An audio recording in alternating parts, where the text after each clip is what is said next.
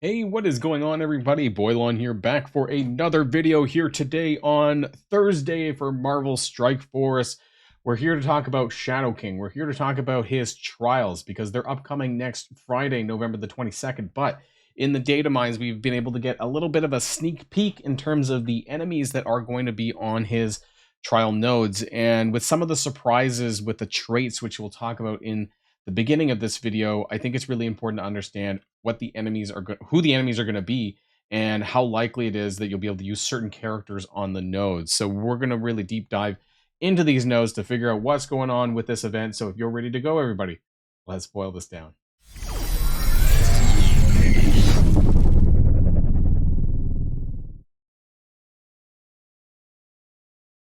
Now, if you haven't had a chance yet to take a look on the blog related to the Shadow King trials, they did release the traits yesterday afternoon for this one. Some of them were no surprise. Some of them, if you've been following along on my data mines in my Discord server or in my videos, then some of this honestly won't surprise you that much.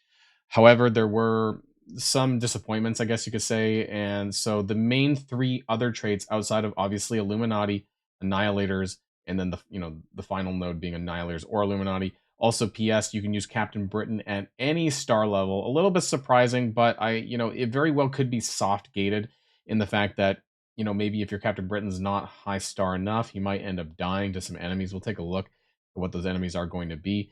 Above difficulty 5, though, you're going to be looking at Global Villain, Brawlers, non-mythic. So this eliminates characters like Super Skrull. It eliminates like Ultimus, things like that as well. And then Mercenaries and Undying. But realistically, it's mercs for money. like they have that in Battle World, right? But realistically, it's mercs for money. So these are the three other traits, and I think a lot of people are disappointed with that because without call it is mercs for money and undying, and you could argue that this is like a third specific team that they should have made people aware about ahead of time, and I do think that this is pretty seedy. I think that if you watched my other video, you would have known that they gave about a 3 weeks heads up on the Old Man Logan trial, and we got a 9 days heads up for the Shadow King trial. So about half as they cut it in half essentially, and I think that's really awful. So I think it's right to be a little bit angry about this. If you're an endgame player, you probably have mercs for money built anyways, or you'll have the time over the next 2 to 3 weeks to be able to get them upgraded if you need to. And same with my characters, like my alt account. I'm going to have to bring up Dawkin and Pandapool now as a result of that. Brawler non-mythic, you'll see that the choices of characters are actually pretty good, and Global Villain is basically Cabal or Orcus at this point. Now, before we get into the nodes, I want to talk about the packs really quickly because I want people to keep this in mind when we're talking about some of the enemies that are going to be involved in this. So there are going to be Crucible and Arena text active. So let's just say you slap on all of the packs, right? These are the things that are going to be affecting the enemies a lot more so.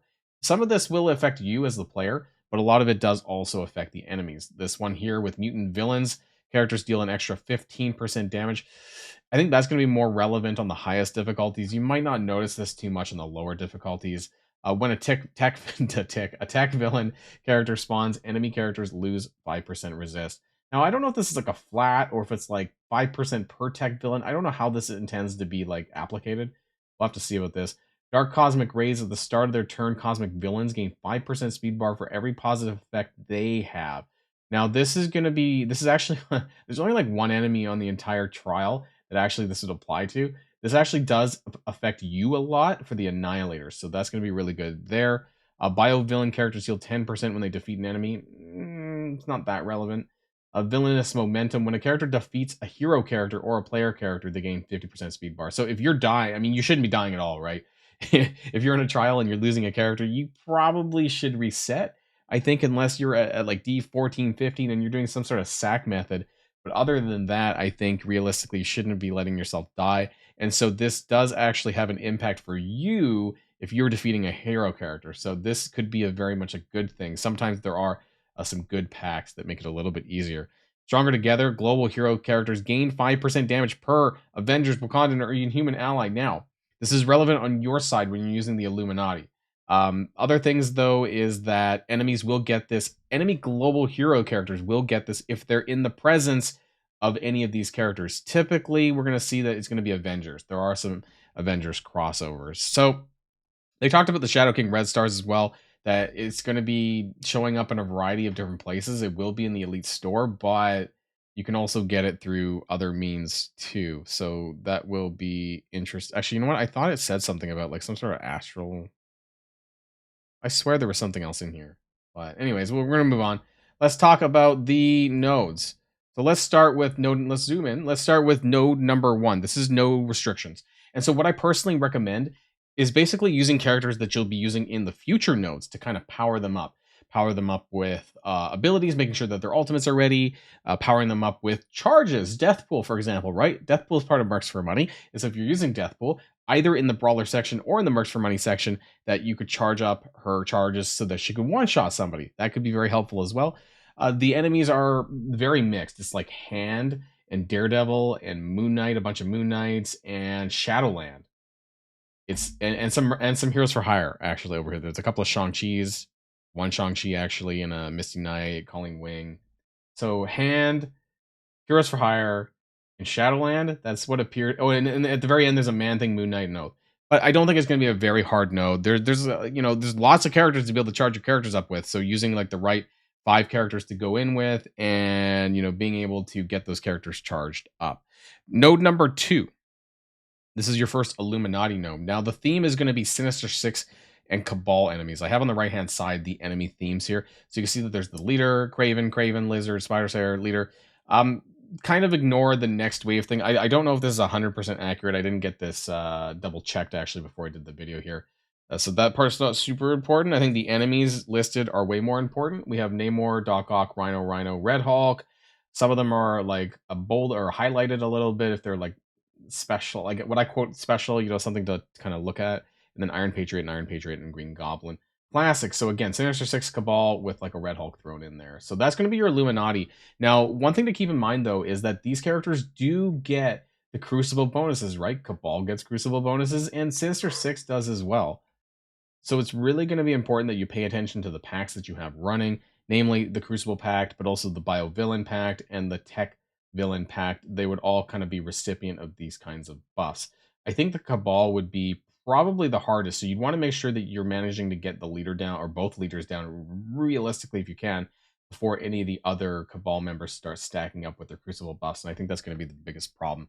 As far as Sinister Six goes, I'm not sure if this is a really big deal, because I think that Illuminati is pretty good against Sinister Six anyway, so I don't see that being a big problem. So that's node number 2 with the Illuminati. Node number 3, Global Villain. Now, this is going to be primarily themed around Out of Time and Pegasus being the enemies here. And you're going to be using characters either your Orcus or your Cabal. You can also use Apocalypse as well. And this is going to be really important because it depends on like whether you're a veteran player or whether you're a mid-game roster. For my alt account, I'm probably going to lean on Orcus, even though they don't have the Crucible, but things like that active. They don't have their own raid buffs active. My Orcus are much stronger than my Cabal characters. You can also use Agatha, actually, funny enough, because she's just really strong in general, and she's going to get some bonuses too. But I'm probably going to go with Orcus Apocalypse. I think that's what I'm probably going to do on my alt account. I'm going to try to use Cabal on my main account, though. We're going to see how that gets through. So like Cabal, APOC, Agatha, something like that for Global Villain. But we do have I was kind of coming up with the words here. Cosmic Ghost Rider, Captain Carter, Iron Man, Infinity War, Darkhawk, and another Cosmic Ghost Rider. So again, we get some of that Pegasus and Out of Time. There is a Black Knight on Wave 2. So that's going to be somewhat important. As far as characters to be able to deal with that, I think it should be okay. I think APOC, if you save it at the right time, you might be able to just yeet him with his ultimate, right? And that's probably what I would do, and then try to start saving up my APOC energy again for future nodes. Then we have Rescue, Ironheart, Agent Venom, Captain America, World War II for some reason, U.S. Agent, which is probably not going to be a big deal there. Some Rebirth stuff going on, I suppose. U.S. Agent, these characters really suck without their raid buffs, so like I don't see these two characters being a big deal. And then we have Iron Man, Infinity War, and Starbrand. So there's a lot of characters with war and raid traits, but like neither of that is active. So I really don't see this being a big deal outside of Black Knight. So I'm not really that concerned about this node. Watch out for the global hero nodes because some of these are Avengers characters. So right, the global hero characters are going to get more damage based on how many Avengers are on the table. So that's something to watch out for, I suppose, there. Node number 4, this is the first Brawler node. Now, the Brawler non-mythic, so again, no Super Skrull, no Ultimus. These are some of the better characters I think that you could run depending on your roster, right? There's a lot of choice, and I think maybe this weekend or something we'll go over the characters in more detail. But I just wanted to list a few of like the top ones that I probably will use, and that's Blade, Moon Knight together. There's Nightcrawler, Vol, Thanos Endgame is going to be a huge one because Thanos Endgame's exposed mechanic has a big energy battery. Nightcrawler has an exposed mechanic. Vol has an exposed mechanic, so there's a lot of energy battering going on if you manage to use Thanos Endgame, which essentially means don't get him killed because you're going to need him for the Annihilators nodes. So it's going to be important that you get through this without him dying, and we'll see about that when this goes live. Deathpool as well, with Crucible bonuses, right? Deathpool and Gwenpool will both have Crucible bonuses, and this could be very well. And then Red Hulk. There's some other characters as well. These are just some that I wanted to list. Now, the enemies for this node is going to be Orcus and Weapon X. You can see 4 Sentinels. This is really rough. So they're pretty slow, though, without Nimrod, because Nimrod comes later. And so I guess the intent here is to either just flat out kill them before they take their turn, maybe stun some of them, like with Nightcrawler, maybe ability block if Vol might be faster than Sentinel. So being able to get like an ability block, stuns on some of them, and kind of control them a little bit. We have a Lady Deathstrike, Silver Samurai, and Sabretooth.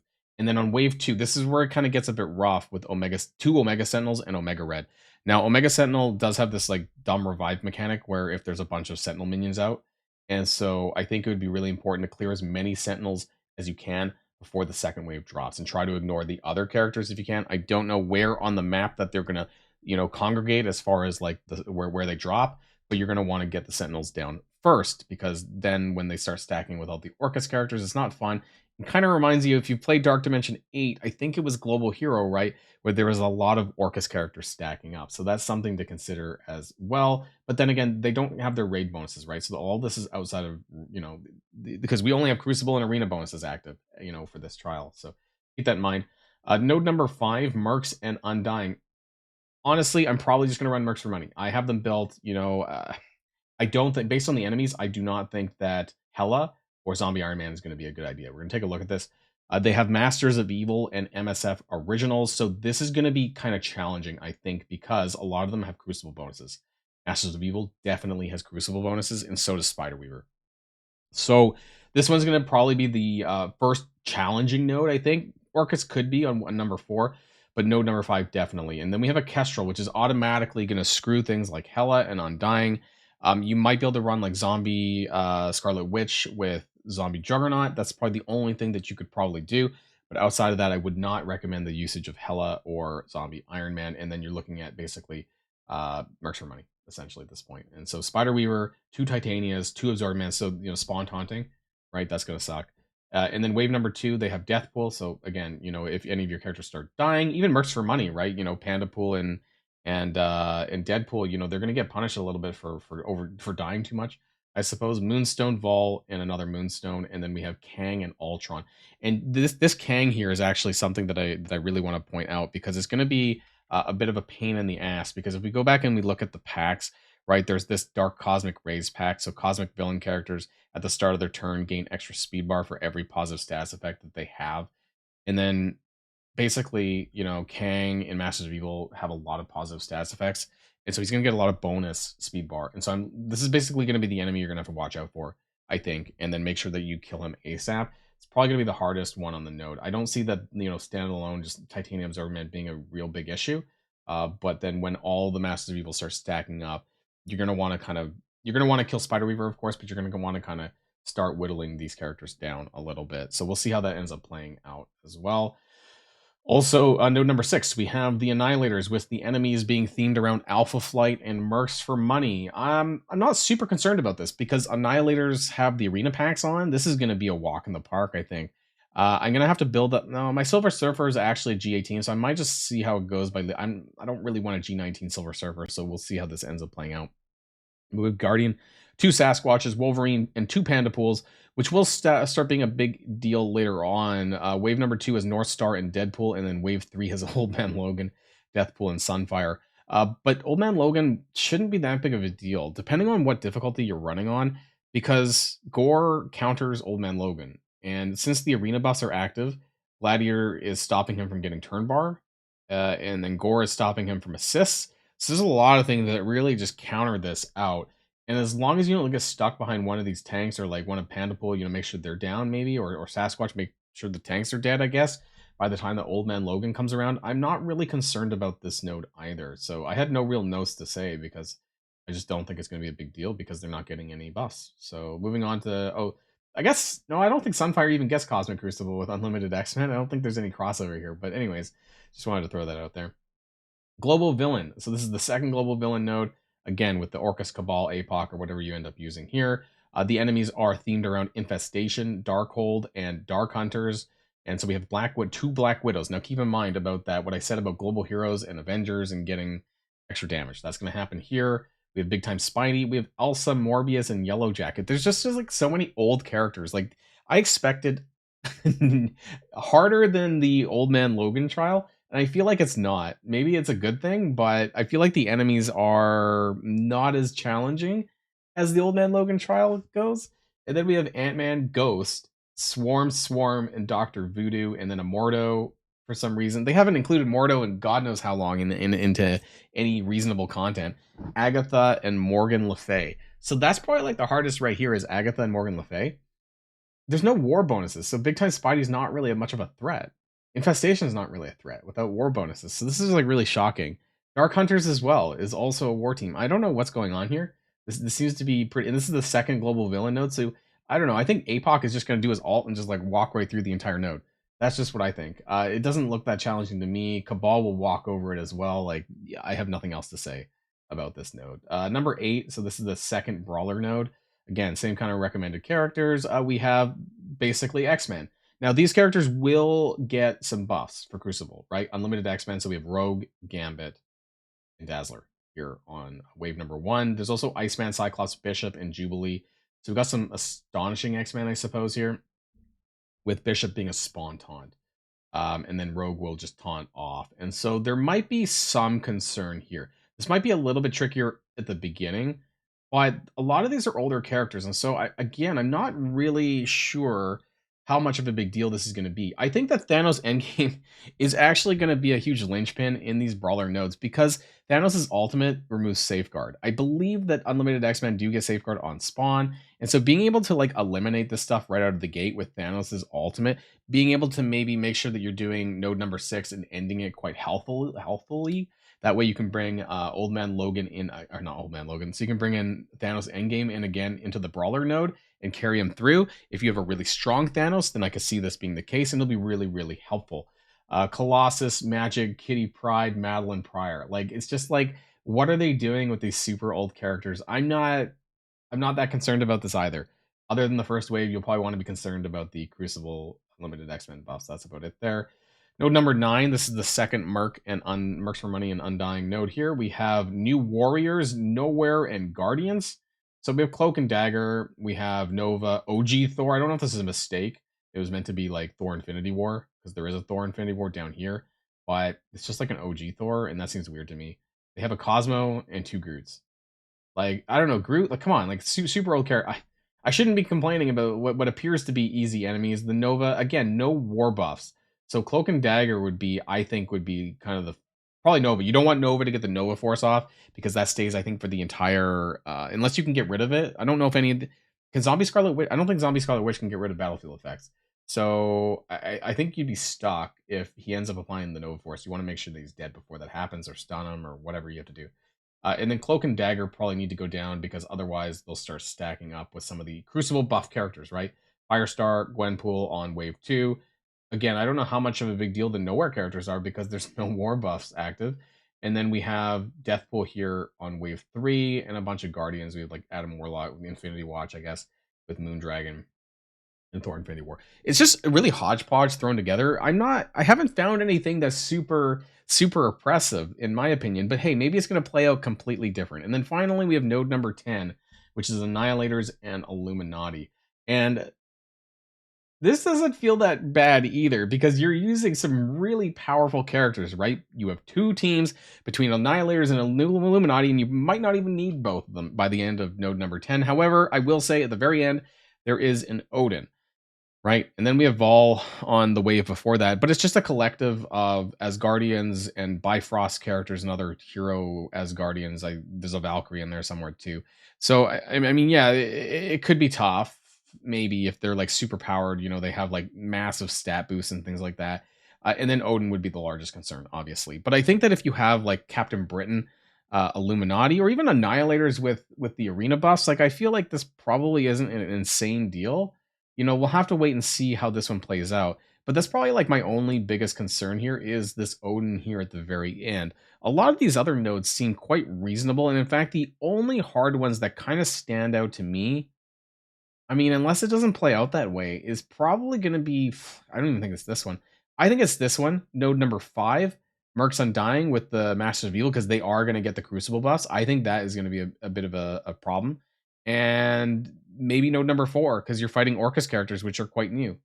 Other than that, a lot of these other teams that you're fighting in the other nodes, Out of Time, Pegasus, Sinister Six, and Cabal, this one maybe, but I mean, you're using Illuminati with presumably Captain Britain at this point, which is going to be very strong on this. I actually don't think this is harder than Old Man Logan's trial. I think that the enemies that were on Old Man Logan's trial were actually quite harder, and with the requirement of having characters like Super Skrull, I'm really surprised they didn't mandate the usage of Mephisto on this trial like they did with Super Skrull on Old Man Logan trial. It was very hard without him. So I'm surprised that they didn't actually, have a trait that kind of required some higher end characters. So, anyways, these are the 10 nodes. I'm going to be posting this in my Discord server later on under Boilon's resources if you want to take a look at this. If you want to share it with your alliance mates to prepare, that kind of thing as well. Let me know what your thoughts are in the comments down below. Again, overall, I'm not super scared about this. I mean, if you don't have the required characters built up for this, I would start working on those now because I think that's going to be really important. I will have a video at a future date, hoping maybe over the weekend, about the best characters that I'm going to be taking in, especially from my alt accounts perspective. But I'd imagine that you probably do have a lot of these things outside of maybe having like Dakin and Pandapool leveled up, which is now something that I would do now rather than later. So that's the end of this video, everyone. And until next time, stay safe and healthy, and I'll see you all later. Boilon signing out.